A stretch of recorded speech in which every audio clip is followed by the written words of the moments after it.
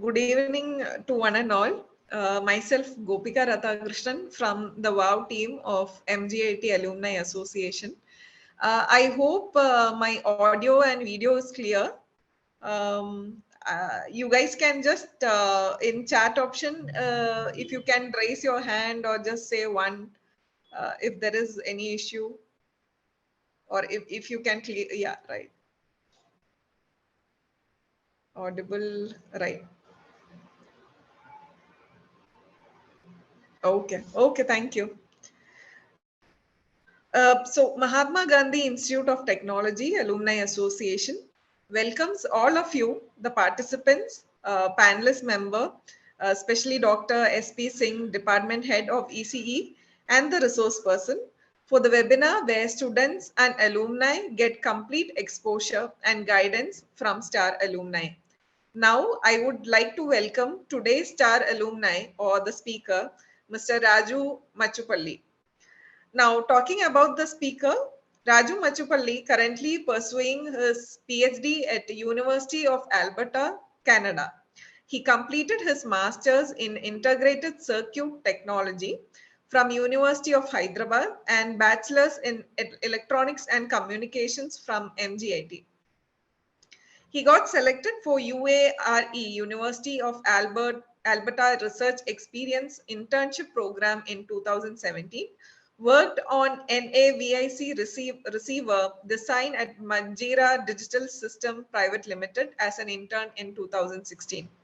His area of interest includes VLSI, embedded systems, FPGA and ASIC based hardware accelerators for machine learning, artificial intelligence, and image processing.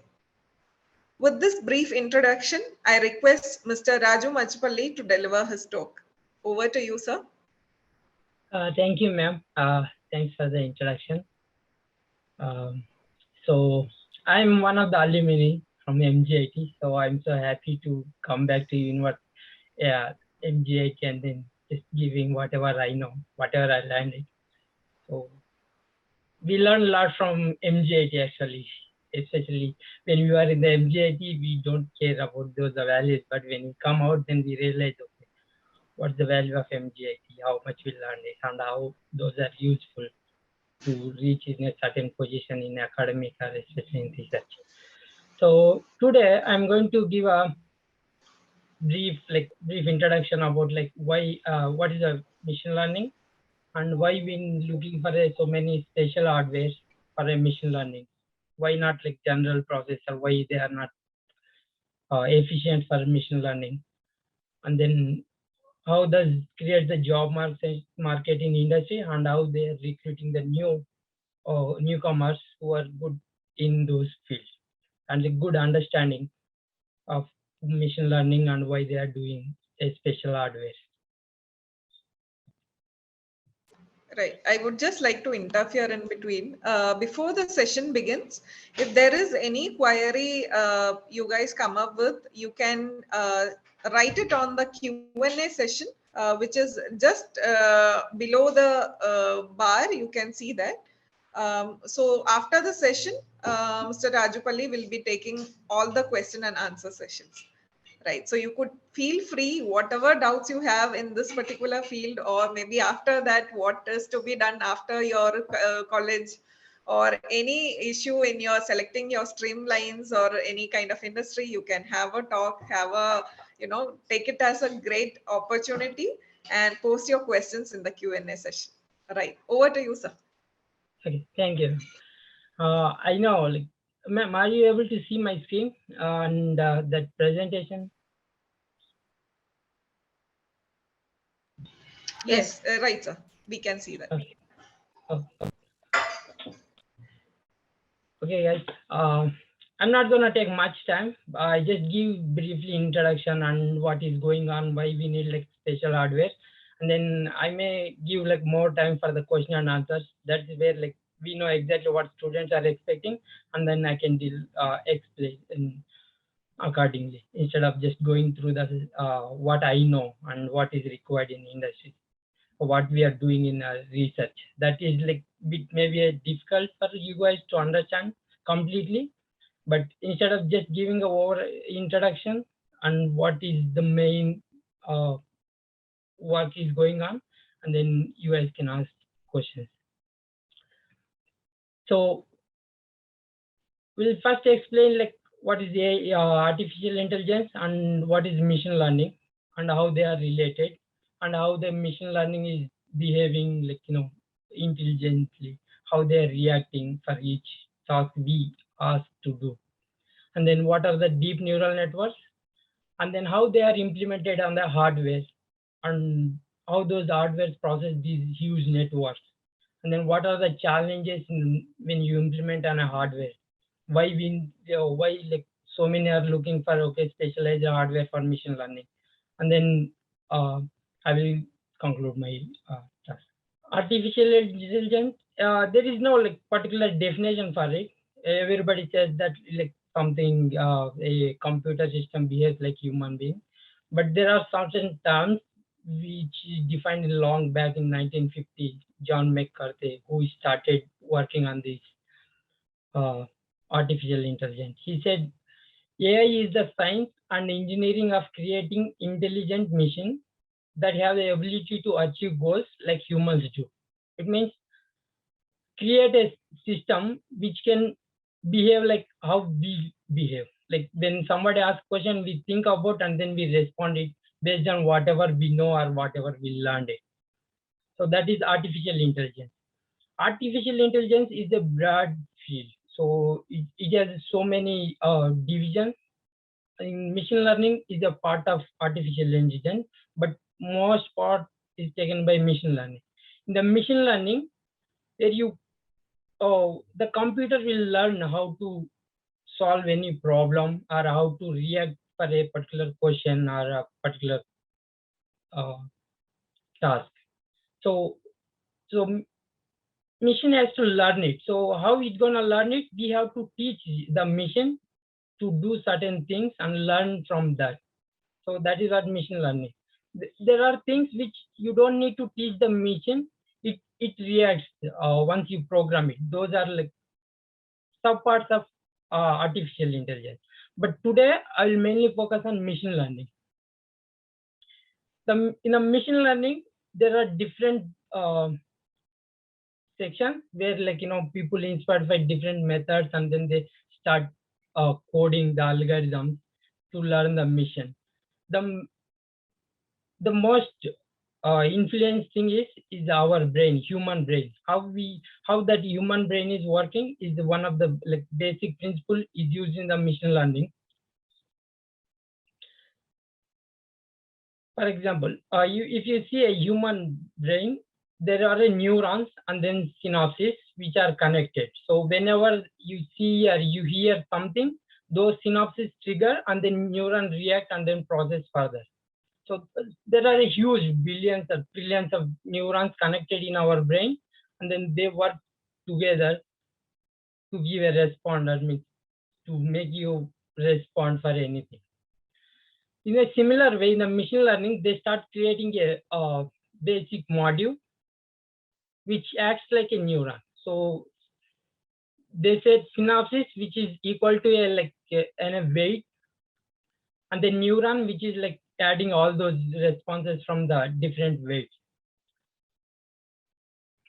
Apart from that, if you say like how it's going to learn, what's going to be the main principle in the machine learning, for any question, you just create a function f of x, and then you make that function working properly so that you will get the output. For example, in a circle, if you want to know, if you know the coordinate and radius, and then you can identify where that point. In similar way, you create a function. For a circle, for example, x square plus y square equal to r square is the equation for circle. So it defines all the points in the circle. So if you give any point on the circle, it will satisfy those equations. That means those points are within the circle and those are defined by an equation. In the same way, in machine learning, all the problems are defined in a equation format so that whenever you give some input, it it calculates those function and it calculates some output, and then based on the output it says, okay, this is particular thing. The main example, like generally we see image processing, where you give the image and then the machine learning tells you who is that person in that image.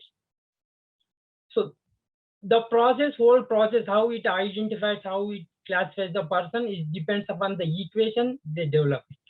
But initially it is hard to write the equation for us to consider all those parameters, what will be like, how our nose looks like, how our mouth looks like, how we smile, how our eyes look.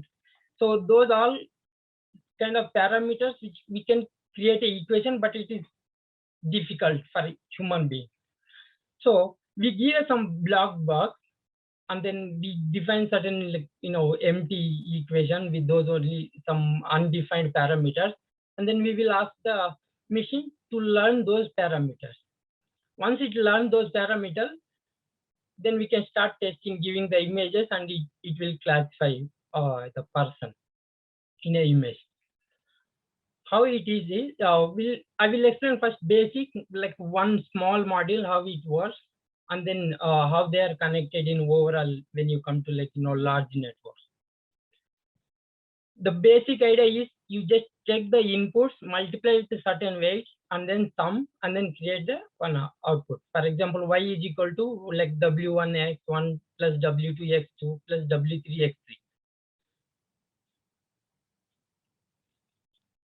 These equations can classify any linear functions. So if there is something like, if you want to identify two regions, then you can draw one line in between them and then draw the equation for that line. And then it can classify if you give any points, and then it says that, okay, is it above the image or is it below the image? Or is it in region 1 or is it region 2? For that one, you just need a one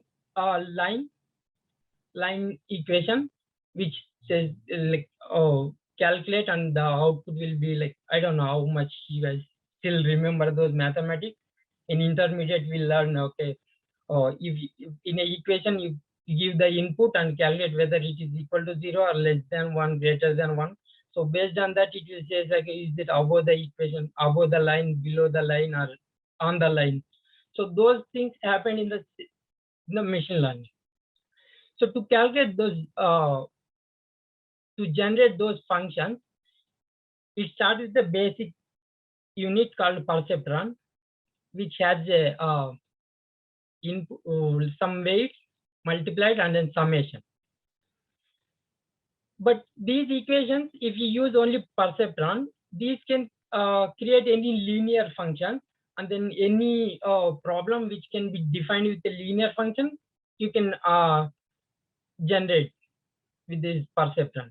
But if you have any non-linear function, for example, parabola or circle, something, and then if you want to start identifying what are the points in a coordinate, if you give any points and then coordinates, and if you want to identify which side of the parabola or which side in a circle equation, those are circle, parabola, non-linear equations. If you use just like addition and multiplication, it won't create this non-linear function. So they use a activation function, which is a non-linear function.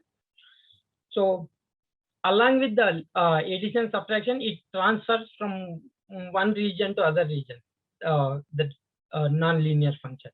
So with that, you can create any non-linear function with this modern perceptron. In real application, if you go to like classification or imaging, these are like huge data and lot of inputs, and then you need to calculate one output out of them. So you need a large equation to generate those such large and complex equations. These neurons are like modern perceptrons are connected in a multiple layers, and then it creates a complex equation. If you see in the right side, there are hidden layers. The circle, or each circle represents one modern perceptron.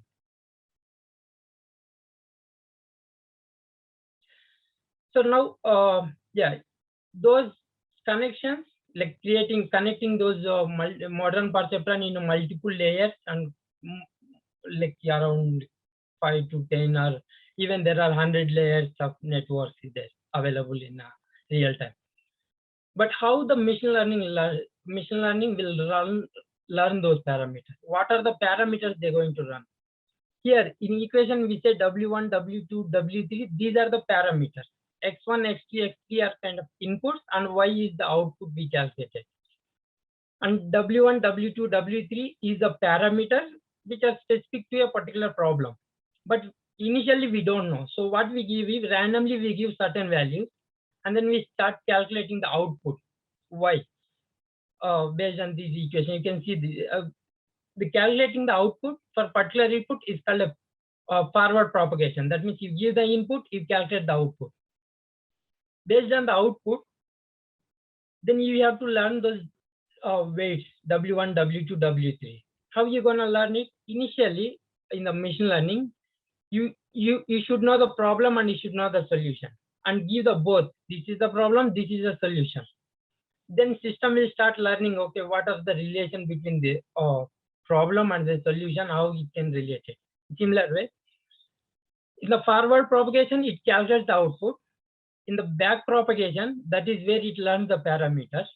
It compares whatever the value output it calculated with the initial weights, initial parameters for weights, and then it compares what is expected, like what is the real value for the problem, and then it compares and then calculates the error, how much error it is. So you need to reduce those errors. You should make it whatever you expected and the whatever it predicted means calculated in forward pass should match it. If there is an error, then it calculates the error, and then there are different cost functions which defines how much difference is there in what you expected and what it is giving right now. For that cost function, you do the derivative. That means you calculate how much error is causing by each weight. That means you calculate the cost function with respect to weight. We call this in the machine learning or even in artificial intelligence, they call this as a error gradient. Error gradient means how much the error which we are having at the end, what portion of that error is caused by a particular weight. So it's called error gradient. And then that error you add to the original weights, whatever the initial or the weights you use to calculate, you adjust those weights and then add these weight gradient and you start updating the weights so that over the time you are making that error zero. That means you making that algorithm to learn exactly what you want, and then the weights will start getting to a constant value. Constant means any certain standard.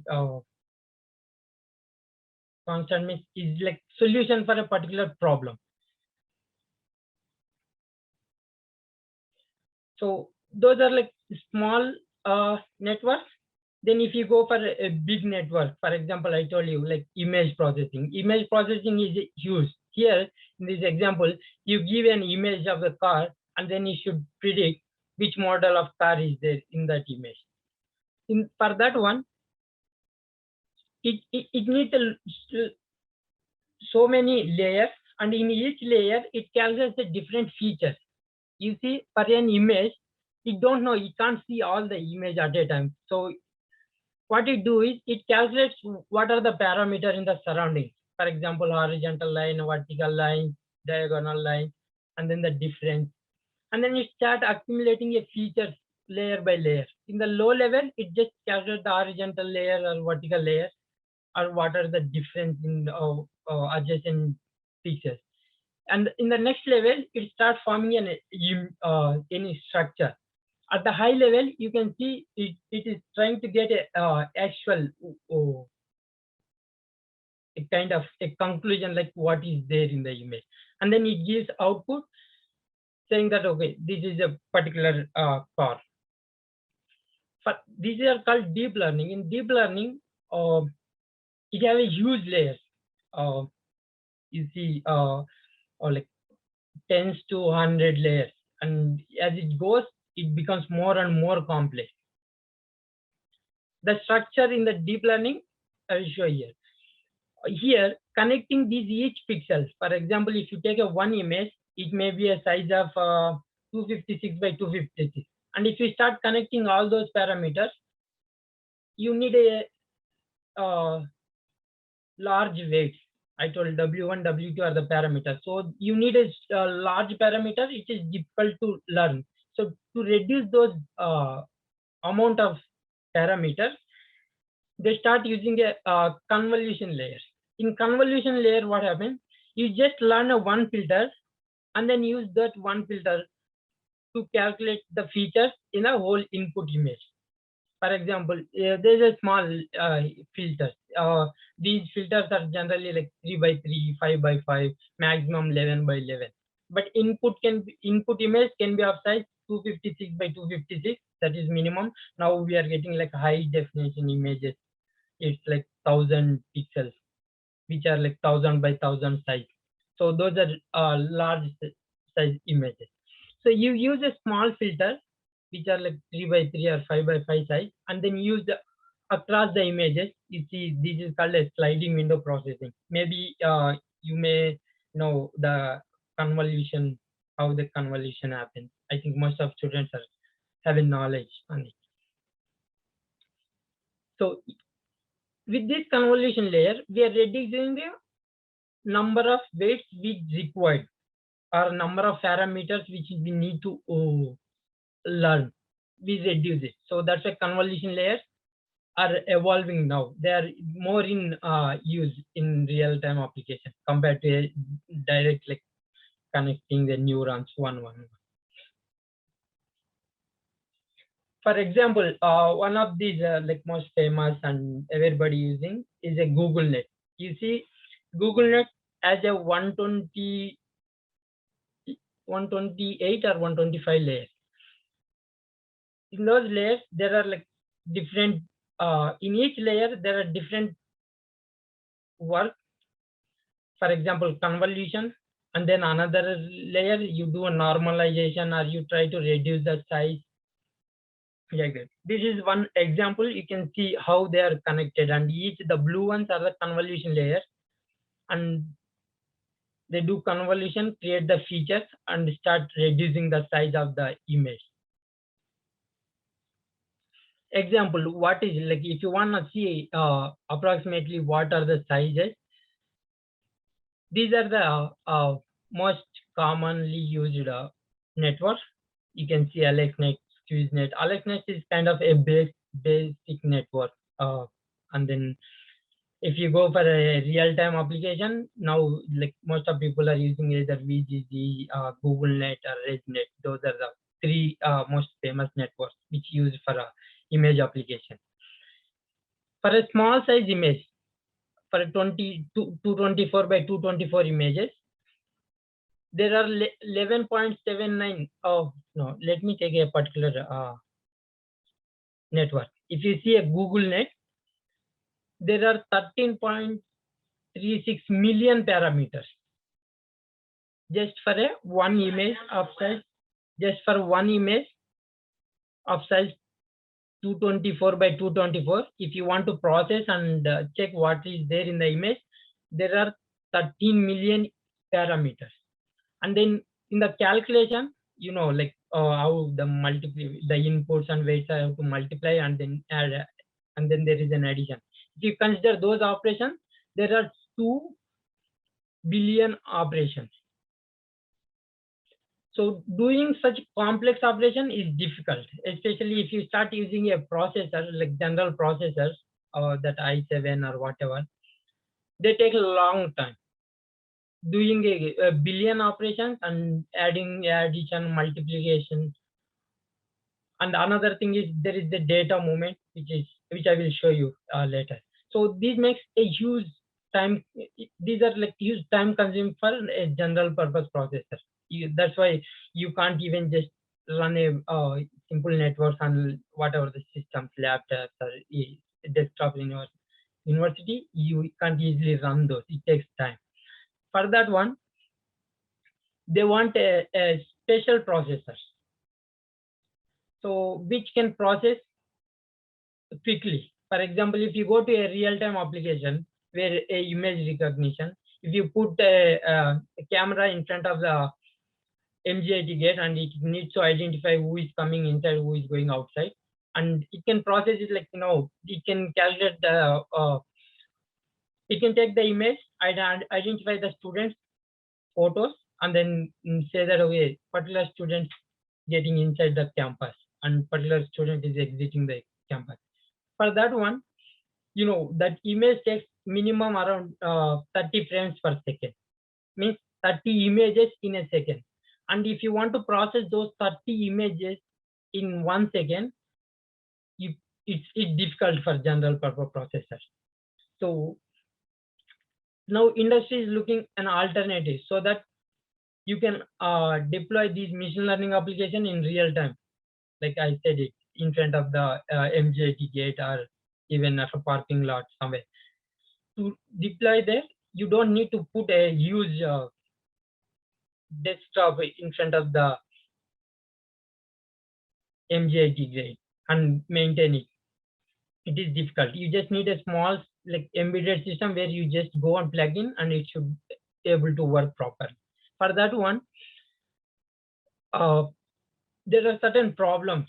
So what the main problems are like accuracy. If you take the image and start identifying the student, how accurately you can identify a person.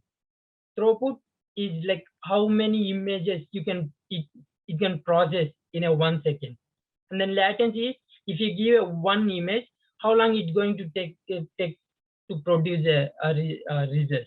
For example, if it is giving like 1 second later, there are certain applications where it is not useful. It just need an output within milliseconds. So the latency also you have to consider. Energy and power. If you put a certain like small system in front of MGIT gate, you don't want to supply a huge power and maintain it cool. And if it gets heated, you don't want to maintain any AC there to just cool down the system. So you need a less power consumption. And another thing is, if any system running on the batteries, for example, our mobile, if it is taking a huge power, and if it takes like if it drains your battery within like half an hour, then there is no use. You don't wanna charge it and then finish. The battery goes to 0% within half an hour, right? You don't wanna do that. So it needs to consume a less energy. And the hardware cost, another thing. For example, if you see GPU, it is bit expensive if you compare to buy a Raspberry Pi board. Raspberry Pi board is around like in India maybe around 10 to 15,000, but in the GPU it goes more than 60,000 if you want a good GPU. So the GPU has a capability, but you don't want to pay $1,000. 60,000 rupees. You need like within 10,000 rupees so that you can easily buy it and maintain it. And if it gets spoiled, you can easily replace. So the cost should be low. And the flexibility is the hardware should process different DNL models. I show you there are 10 to 15, but for real-time application, there may be a for each application, there may be different networks. So as application changes, you need another network. So it should be flexible to run different networks. Scalability is in the sense like if you want to run a 2 or 3 application at the same time, it should support and it should give the throughput. So those are the main important things. You need it when you start implementing in a real time. These machine learning, if you start implementing in real time, you need to consider these things. As I said, there are CPUs and GPUs. CPUs takes a long time because it processes one at a time, one addition at a time. And then there are a billion of operations. How long it's going to take? It takes longer time. And then there are GPUs, which previously used for just for gaming application, but they have a sufficient resources where they do parallel computation in parallel. So those are very useful. So they also started started using for machine learning application, and it gives a really good results, but they are like power consuming. So because of these two, then you need to look for an alternative hardware which can be efficient for machine learning, not for a general application. When you're considering the hardware, you have to see. Now I will start regarding basic unit, which is addition multiplication, instead of talking about application.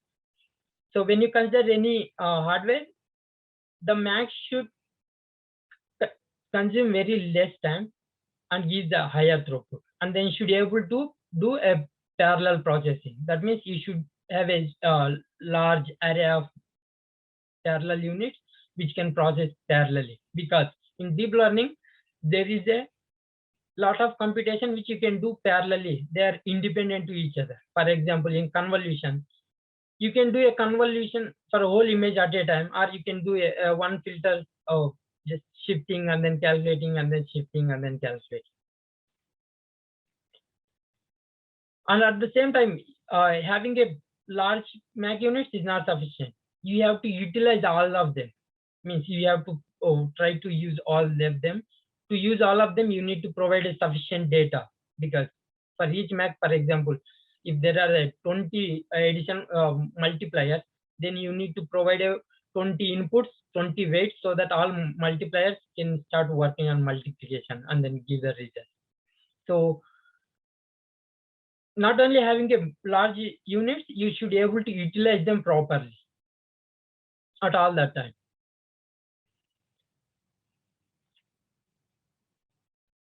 Another big problem when you considering a general processor is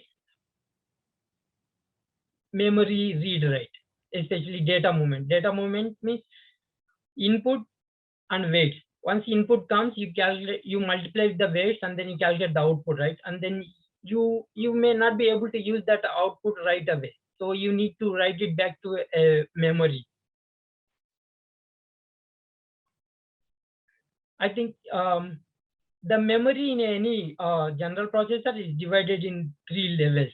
One is like external memory, and then second one is cache, and then third one is a local memory. Local memory is a kind of in a register within the near the multiplication.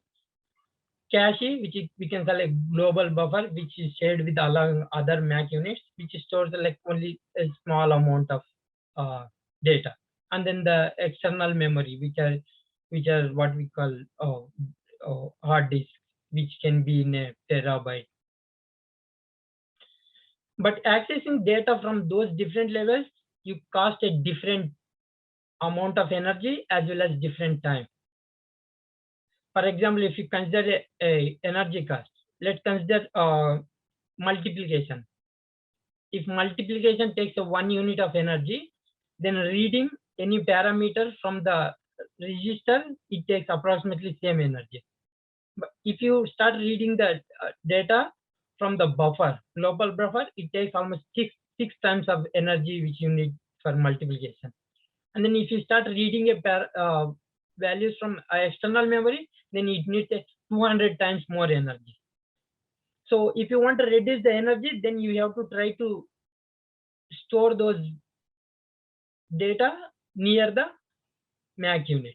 But near the Mac unit, you will always have a limited memory, because it costs a lot. When you implement a processor, for example, i7, even if you take recent Intel processor i9, they mention in the specification, they say these are the L2 cache is around 12 megabytes. Yeah, maximum 12 megabytes, as I see, 12 to 16 megabytes. That is the memory they can provide at the Lassie level, because as you increase the memory in the Lassie side, it costs more. So to reduce that, you just see at the MAC level what is going on. For a MAC unit, you need a filter weight, that means the weight value, and then the input. Here, as you get into the deep learning more, you will understand what is feature map and output feature. Feature map is same as the input. Okay.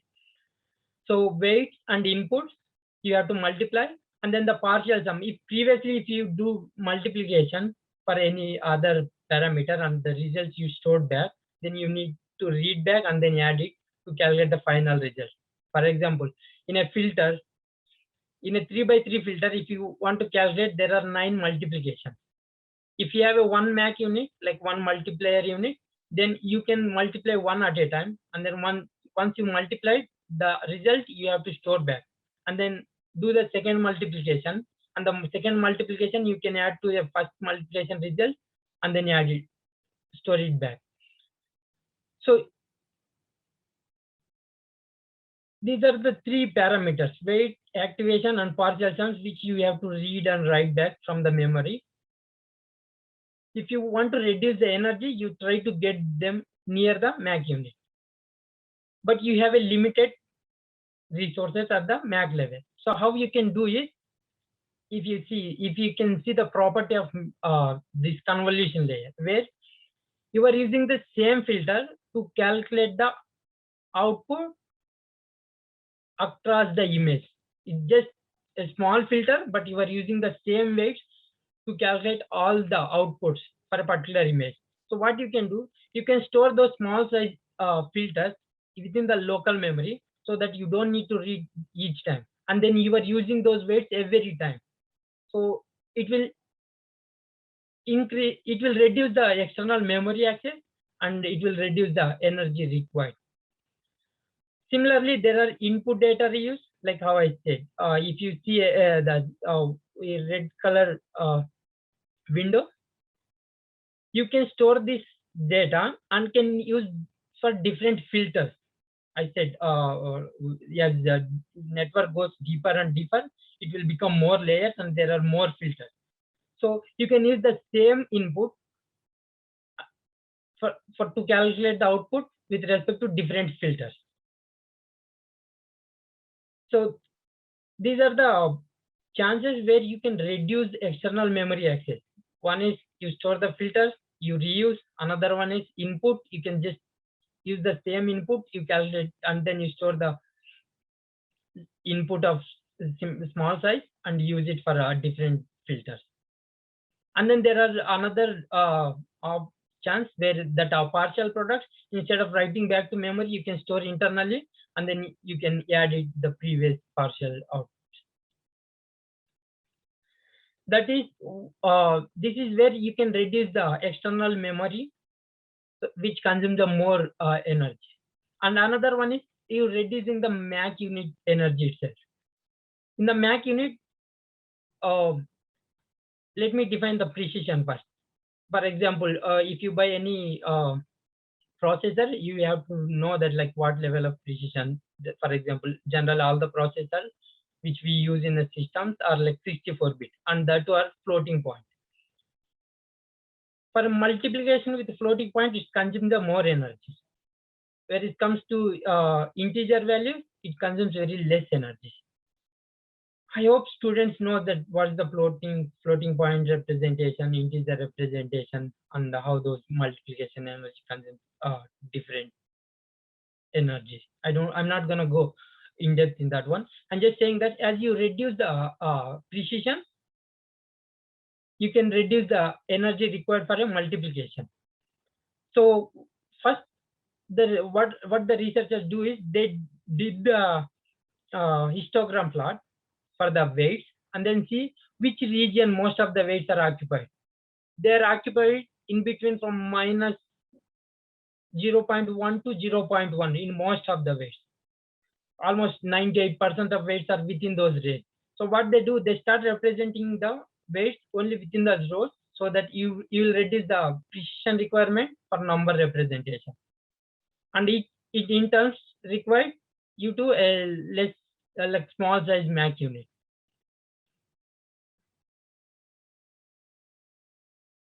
that is where that is another parameter where you can based on the application, if you don't want a large size numbers, you can reduce it and reduce the precision.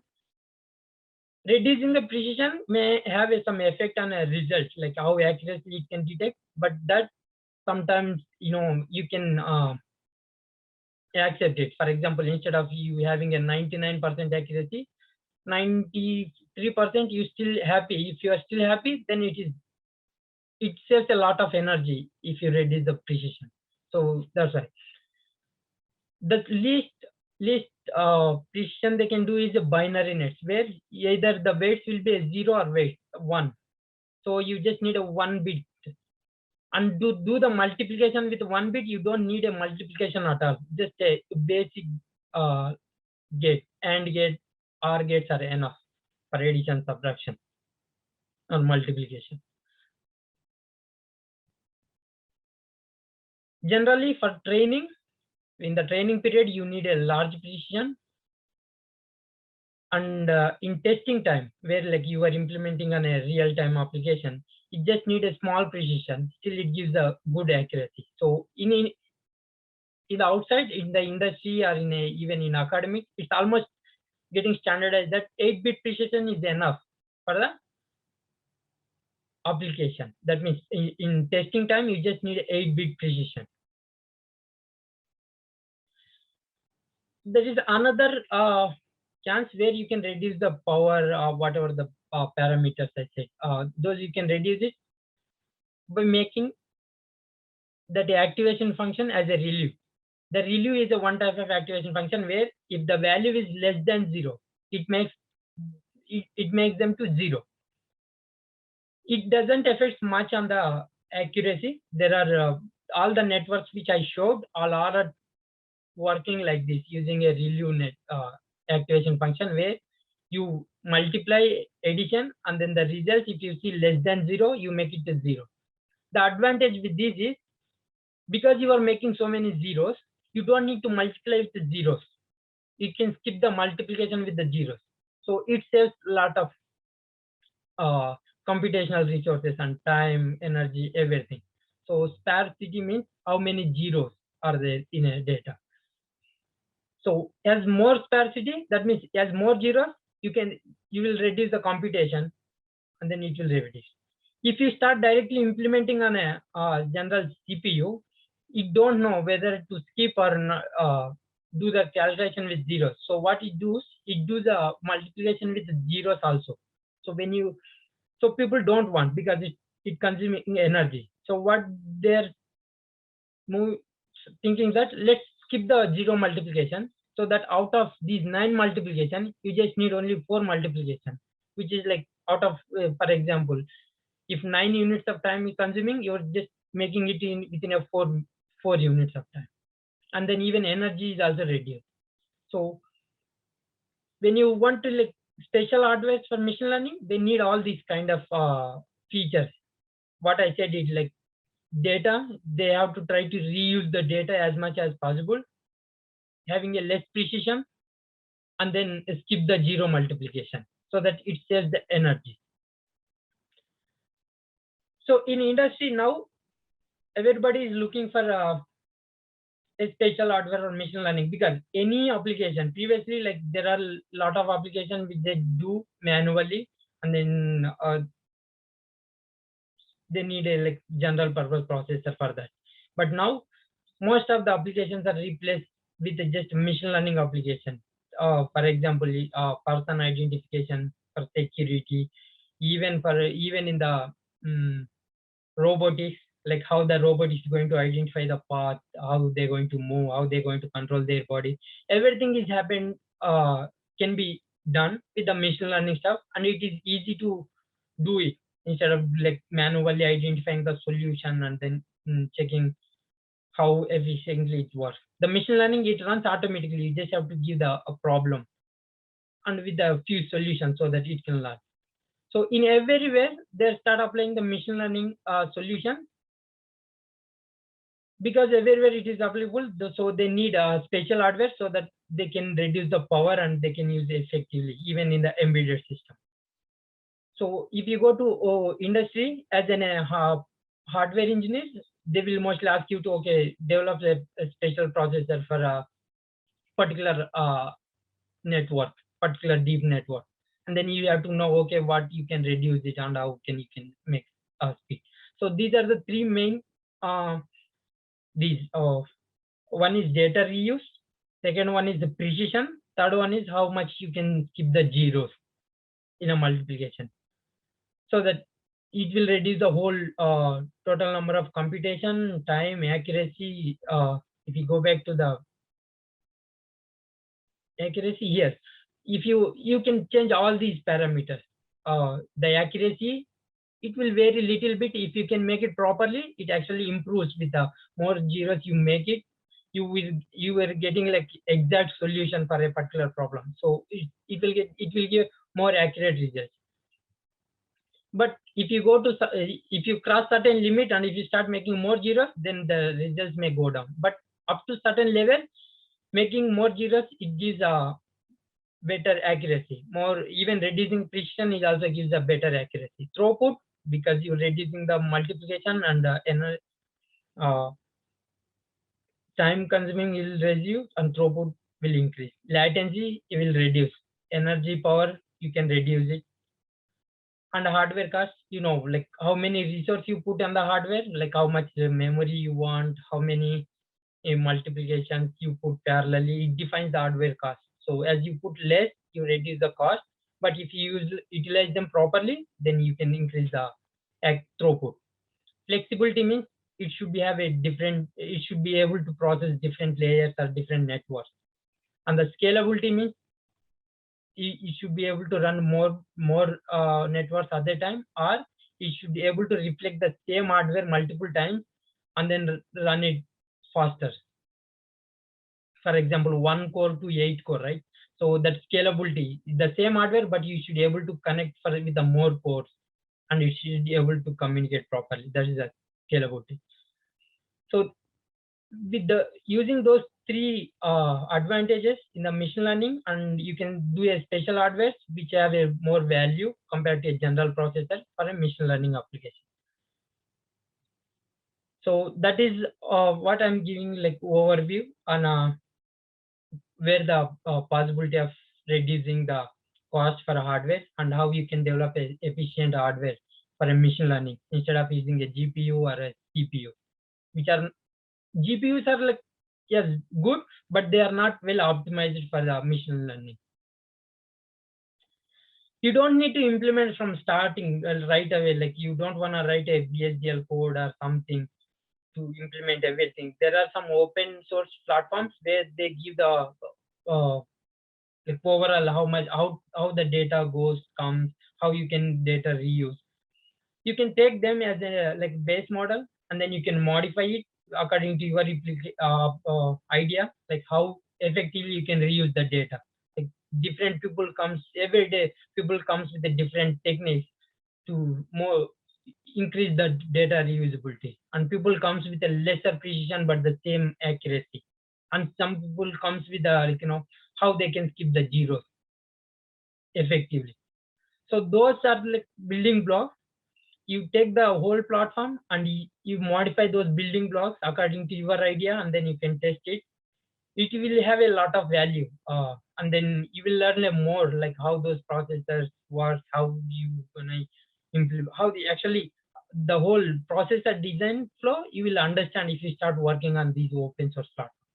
And when you go to industry and if you say that, okay, I know little bit idea about these platforms to implement a special hardware, they will give more I prefer to you because you already have a good idea, and then you can develop a better architecture in short time with their specification. So in conclusion, what I'm saying is machine learning as a like huge opportunity in real time, and it is solving so many problems. So its real-time application is increasing day by day, but the problem is it needs a huge amount of computational power, billions, trillions of multiplication addition, and then even the data is in gigabytes to transfer from lower level to higher level memory.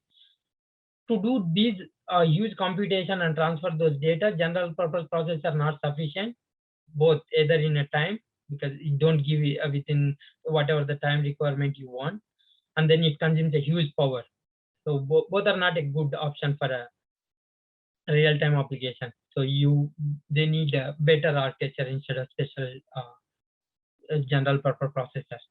So most of the industries, they're trying to see a specialized hardware for their particular application, and then make it an embedded system, like a small system which can run on the small battery. And the battery power may be a small, but it should be able to run 1 day, 2 days, even a week, especially on embedded systems. So that's like I didn't go in depth on each techniques, how they are implementing, how much they are getting benefit, how much improvement they are showing. So those results is kind of a difficult, because you should have a good idea what are the techniques they are using. So I didn't go through all those things. I just give the main problems and where there is a chance to improve it, and where the people are working generally, even if you go to industry, or where they're going to ask you to improve something in their hardware. So that's all.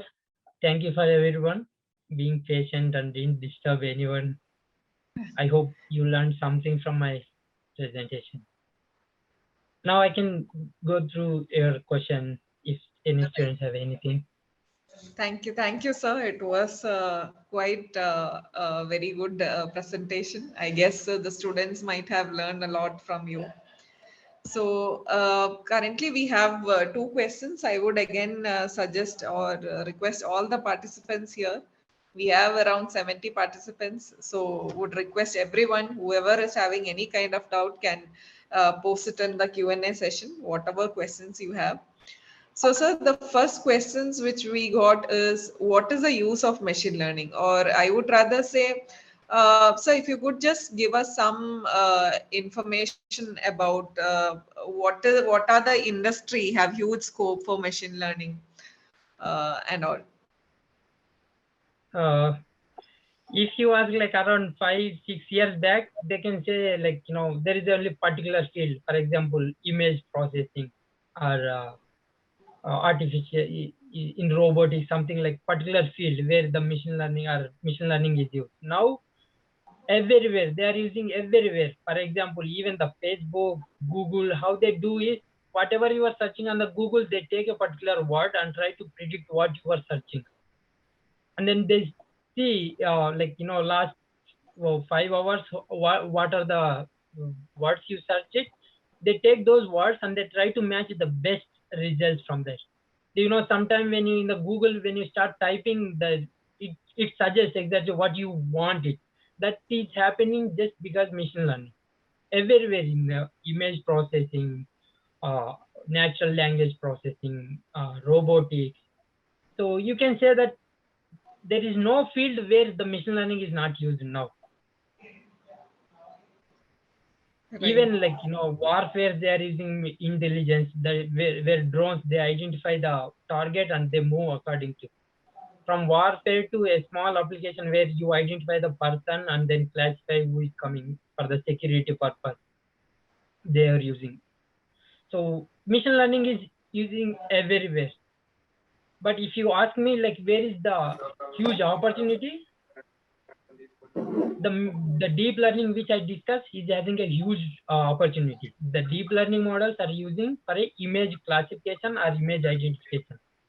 So those are like well exposed. So those fields are like currently almost starting using in a real-time application. So if you want like where is the real-time application they're right now using it, image processing application. And the image processing application, the field, the main module they use is deep learning modules. So Right. So going forward to the questions, I would request the honorable panelist members. We can see there is HOD SP Singh sir, even Venkat Reddy sir, or anyone, if you want to share your feedbacks or how about the presentation, and even yes, current, this online webinars. So, sir, if you have few words about him, you can share.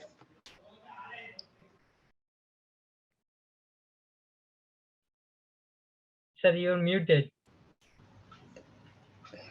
Raju, how are you? I'm good, sir. Thank you, sir. I hope everybody. Thank you very is much for MJT. sparing your time. Really, you give very good information today, and you share all these things with our student. Thank you very much. Really, not only here, even you contributed to our international conference by submitting the paper there, Yes, right? So you are always asset for the department, and we hope in the future you will be a part of that, all the sure. activities. I will always be there for when MJT needs it because it Thank gives you. some values, and I am here because of MJT. We did bachelor's there.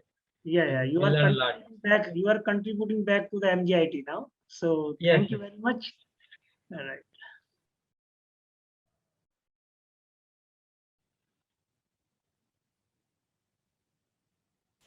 Okay, thank you, sir. So we'll just go on to the next question, sir. Then Yes, yes. so we have one question by Kalepali. How to measure parametrics or parameters or metrics? Can we schedule tasks to GPU cores independently? Are there tools to test? Actually, right now there are tools because if you start going independently scheduling and start calculating it, it's a complex and going through those complex process is a time consuming. There are automation tools and then well developed platforms where they do all this. For example, uh, there are certain frameworks, ONNX frameworks for machine learning. So you don't need to write a whole network. You just have to write on the high level what in each level, how many parameters you need, how many filters, what is the structure of each layer. And then if you give that, it will create the whole network and it will connect and it will calculate the multiplication addition and then it will give how much the error between the parameters and it will tell you where it when it is getting exact results. You can just at the end you can see the graph with the error, how much difference what you needed and what is right now. Those errors you can see directly. You can still do it. For example, if you use any simulation platforms like MATLAB things, you can write in a small network, but not a big network. It is a bit difficult to run those networks. But a small network, for example, 3 or 4 layers network, you can write it and you can check it, what is going on, how those parameters updating, what are the values you are updating. You can see that. Yes, you can still see that, but there are the well-developed platforms where you don't need to worry about all that. If you are a like software developer, means if you want to develop a better model, you don't need to work all day.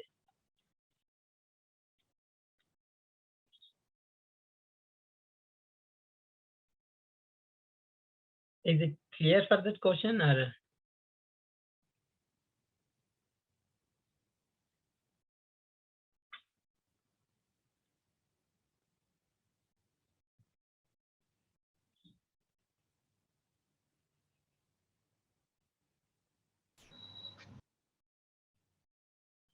Ma'am, can we go for next question or is the student is okay with the solution? Or still he has a question or still he has doubt and question? Okay, I'll ask the questions. Okay. What is the difference between AI and machine learning? It is from anonymous attending. Okay. Machine learning is a like small subpart in AI, ma'am. AI, artificial intelligence, like anything which works by predicting them, the system itself. Like if the system itself can respond to the questions or the problems we give, is an artificial intelligence. Means it works automatically. You don't give exact solution to that.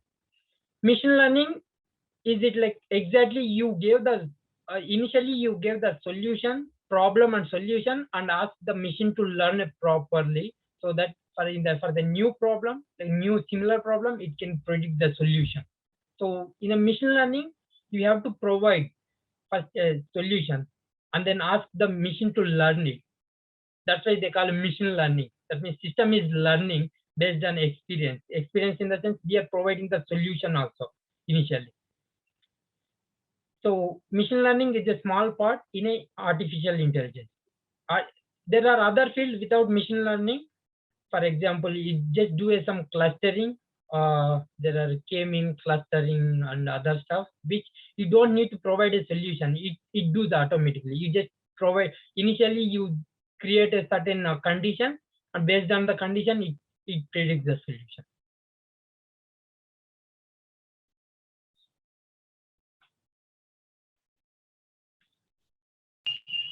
Next one, is robotics related to machine learning? No, robotics is a completely different field. But in robotics, they are using machine learning for a particular task. Machine learnings are used for particular tasks. For example, how to find a path, or how to control their arm, or how to move forward and identify the objects if there is any. So the machine learnings are used for a particular application. Robotics is completely different object, creating a complete a kind of a machine which can walk and behave like, not behave like, or walk or do tasks, stronger tasks like human. So robotics is another big field, but in the robotics they are using a machine learning in almost all the tasks. So moving on to another question, is only machine learning used for image processing? No, I told you the Google search engine, where based on your searches, they identify what you going to search or what you are looking. They predict and they give solution. For example, in Facebook, if you see a particular post, and if you start scrolling down, it shows a similar post. Like there are millions of posts in a Facebook, but how you are getting the similar post? Because machine learning is predicting generally what you are searching, and then what you are right now is watching. So it takes them, and then it suggests a similar task so that you can keep scrolling and they can generate a revenue. Even language processing. For example, if I speak in Telugu, they can convert into English, French, Spanish, and even Chinese based in this natural language processing. There are models which reads documents. Some models which write the document, which converts the language from one language to other language. So there are different tasks. The image processing is not itself is not a machine learning, just a small application. But like major applications are based on the image processing. That's why they're using like whenever we talk about machine learning, they think about like image processing, because that is where that is the major application. Image processing is the major application in machine learning. Can machine learning be self-taught? Yes, there are certain models which we can't say machine learning, which we can classify it as like another module, a non-supervised. That means we don't provide anything; they learn automatically. So those comes in the AI, but not under machine learning. They can learn themselves. Yes.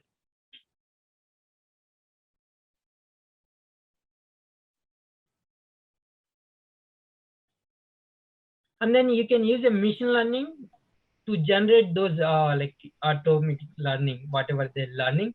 So those model you can generate using a machine learning, which is a trained model. Initially you train it, and then it start learning itself.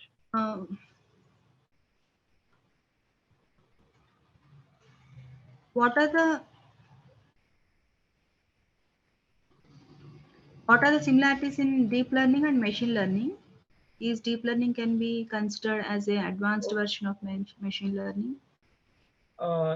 Okay.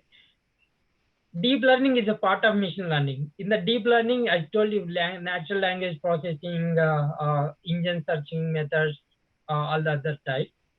In that one, in the machine learning, there is a particular branch which deals with the image processing, especially like, automation, in the automation. So that is taken by deep learning.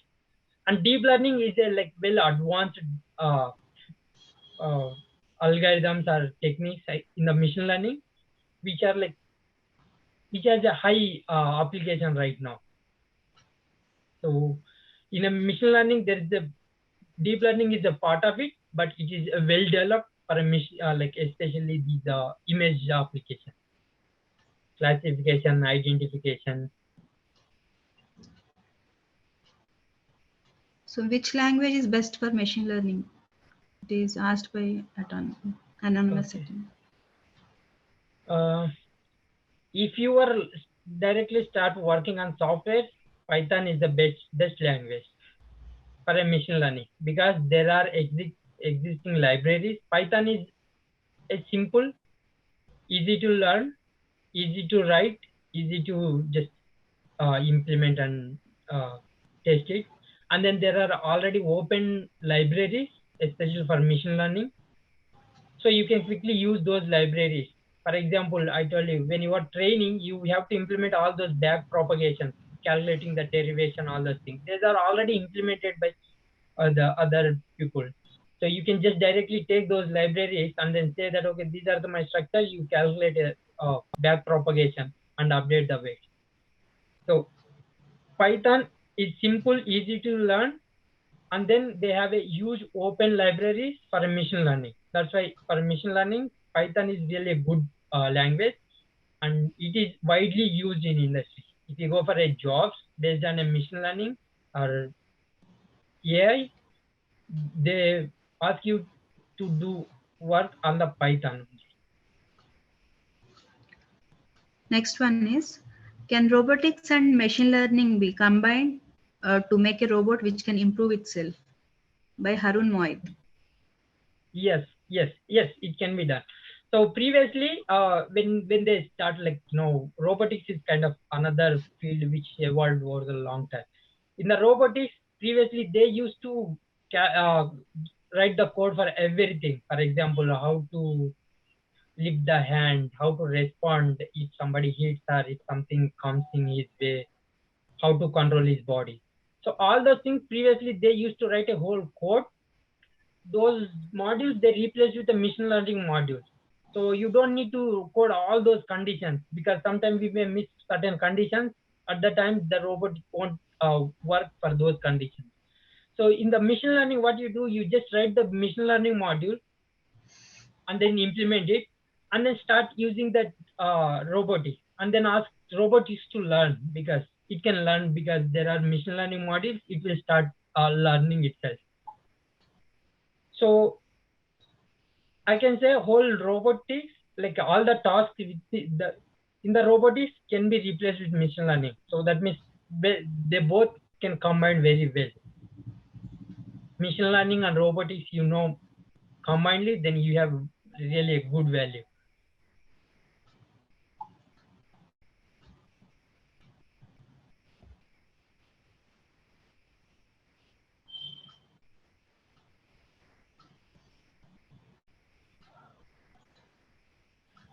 Can I see there is one question from Bharat, I think.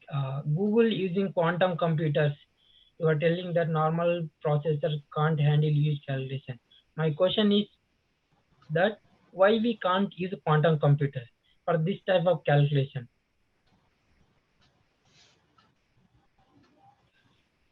Sorry, many people can't access this computer. So did I miss that question? Sorry. This is a quantum computer for this type of calculation. Many people can't access this computer. So if it can provide online server computation, then we can solve a lot of time and power. Is that question is extended for or is it done? I'm not sure. Okay, quantum computers, yes. People are right now looking for the special hardware. in that process, they came up with these quantum processor, all those things which can process too quick. Their processing time is too small so that it can calculate huge computation. But making the quantum computers into a small chip which you can use it in embedded system is a huge task. It need more innovation in the quantum computation. Right now they use huge large uh, labs, the universities or whatever the research facilities they are using that to test it the quantum computing. But to make those quantum computing to a real applications and then getting a small processor, making a small processor using the quantum computer is a long way still. It takes a long time. It needs more innovation. It has to make small. Like how the digital processor, once there was a vacuum tubes. That time they think that yeah, they are achieving, but it took a longer year to come to a small processor which can process far better than those processors. So yes, quantum computers is the future, but it takes a long time, and its application on a small embedded system is still has to identify. You can't go there. So meantime, people are using a digital, the general digital processors, which can solve those problems, and which can be used in embedded system. So if you go to industry right away, they may don't ask you to work on quantum computing, but they will ask you mostly in digital processors. It may take around another 10 to 20 years to get the quantum computing. And to get the embedded system, I don't know how long it takes.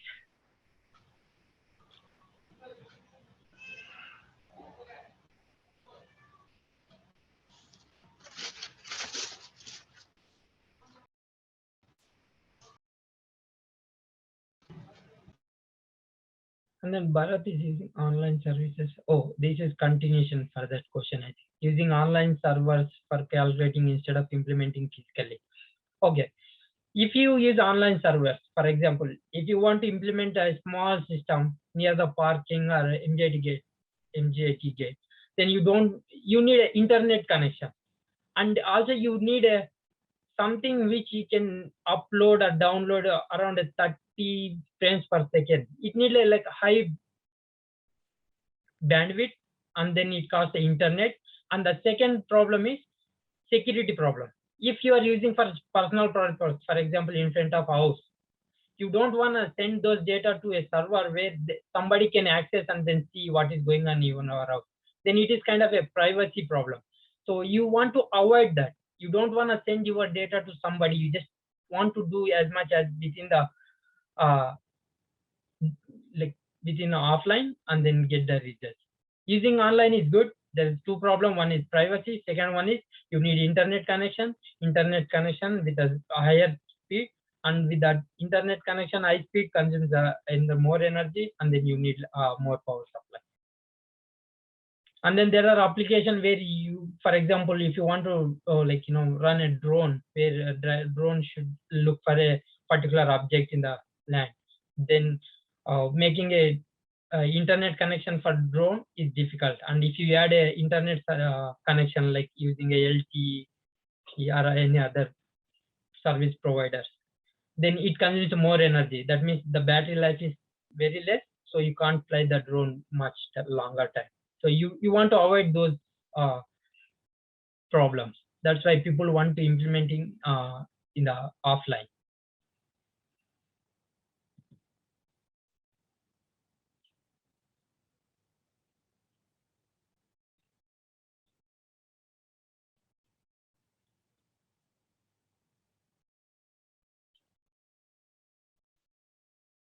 Any more questions, ma'am? I hope students will ask. I think students may have a lot of questions because they are hearing these things everywhere, but they don't have much knowledge. I don't know how much this BTech curriculum have changed to know about this.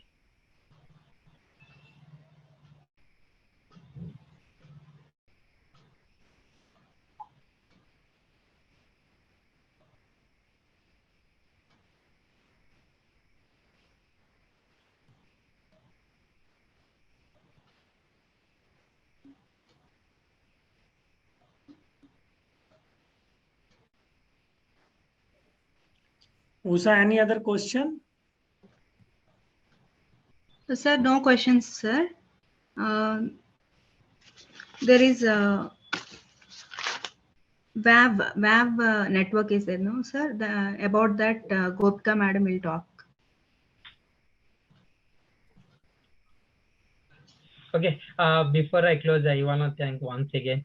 Thanks for teaching and Usha ma'am keeping circulating with me. Even I was busy with other work because last 4 months I'm just writing that one review paper and it came with the comments, so many comments, and then I have to modify it, get the data, do the experiment. So I was kind of busy. And still, Usha madam was able to get me. Even if I didn't respond, she used to contact again without hesitating. Sorry, ma'am. Maybe I don't take it wrong. No, I no, read no. your messages, Not all the things. I thought I can respond later, and then I'll get busy. But I did the No, work. Raju, But you supported me a lot, actually. Now you look like a MJIT staff, Raju. Thank you, sir. Thank you for giving. Oh my God, that's a huge. We force you to submit the paper even in our conference. So anyway, your contribution is always will be recognized.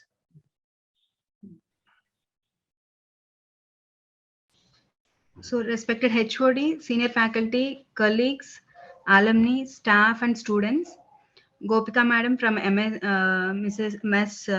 Web, Alumni Network of MGIT, and today's speaker of the webinar, Raju Machpalli. Good evening, one and all. I, G. Usharani, Assistant Professor and also Alumni Coordinator of EC Department, MGIT.